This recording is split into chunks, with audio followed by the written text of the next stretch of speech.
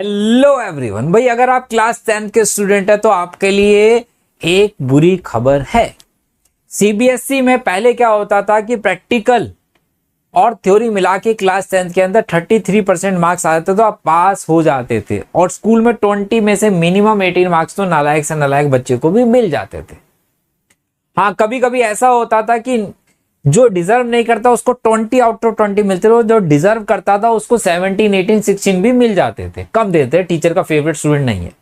तो अब सीबीएसई ने इस समस्या को दूर करने के लिए एक बहुत ही खतरनाक स्टेप उठा लिया। मतलब पहले चाहे 17 मिल रहे थे, 18 मिल रहे थे, 20 मिल रहे थे, बहुत सारे बच्चे प्रैक्टिकल की फाइल्स की तैयारी ही नहीं करते थे, लेकिन उनको स्कूल से मार्क्स मिल जाते थे। लेकिन सीबीएसई ने भाई अब एक नया स्टेप ले लिया है, और ये स्टेप कैसा रहेगा आप लोगों के लिए, इसकी जानकारी मुझे कमेंट में जरूर बताना। जब वीडियो देख लो लास्ट तक कि ये सही स्टेप है कि गलत स्टेप आप लोगों के लिए रहने वाला है, क्या दिक्कत आने वाली।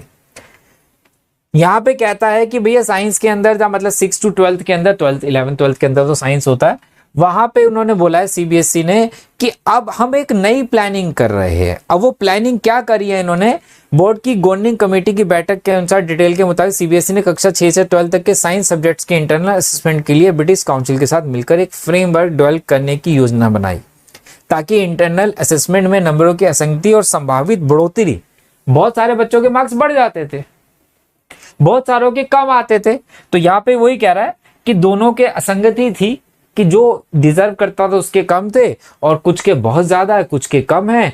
कुछ स्कूल कम मार्क्स देता है, कुछ स्कूल 20 में से 20 सारे स्टूडेंट्स को दे रहा है, तो काफी ज्यादा डिफरेंस नजर आता था, साफ साफ पता लगता था कि क्या गेम हुआ है ना।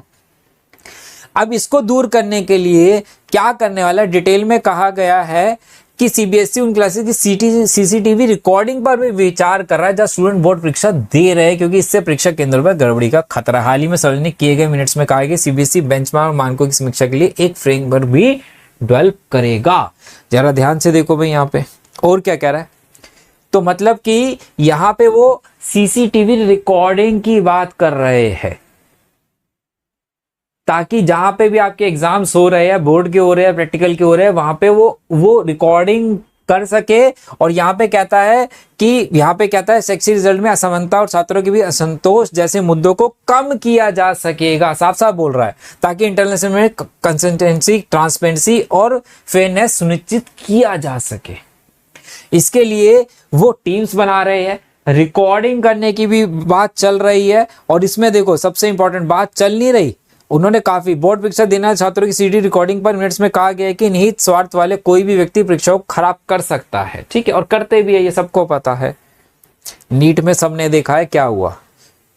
देखो प्रस्ताव में स्कूलों को क्लास में सीसीटीवी कैमरे लगाने का निर्देश देना शामिल है, जिसका आंशिक खर्च सीबीएसई द्वारा वहन किया जाएगा।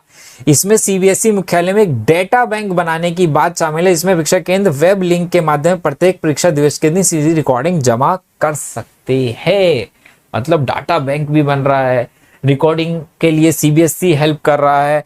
प्रस्ताव को 2025 की परीक्षा से लागू, मतलब 25-26 में होगा। अभी आई थिंक बड़ा मुश्किल है क्योंकि बहुत बड़ा प्रोजेक्ट रहेगा, लेकिन इसके लिए उन्होंने एक बोला, प्रस्ताव में कहा गया है कि पायलट प्रोजेक्ट के रूप में किसी क्षेत्र के कम से कम 30% सेंटरों में कैमरे लगाए जाएंगे स्टार्टिंग में, और बाद में उसको बढ़ाया जाएगा।